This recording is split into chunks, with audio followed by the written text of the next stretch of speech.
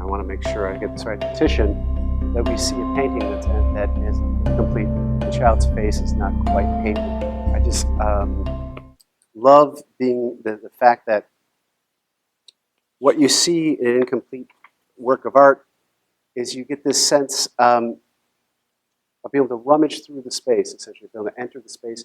And you're not just left, as in some artworks, asking questions. You're actually asked to sort of create your own problems in it, to sort of work out things for yourself, to invent something that would occupy that space. Most of us understand that what we see is affected by our culture, our personal experiences, our education, our training, and limitations of our particular eyesight. So if you are colorblind, you will see the world differently.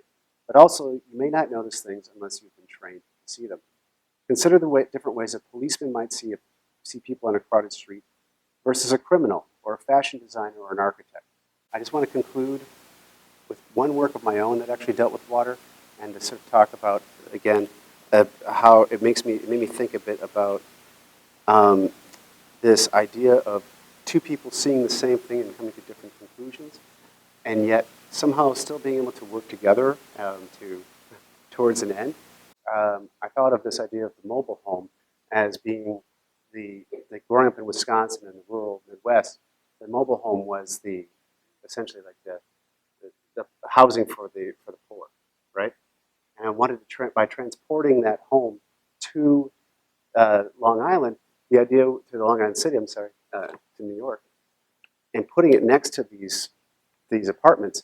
The idea was to bring two people who shared an economic disadvantage together, even because it seems to me as if very often rural and urban poverty is viewed as two separate issues, and people are pitted against one another for political purposes.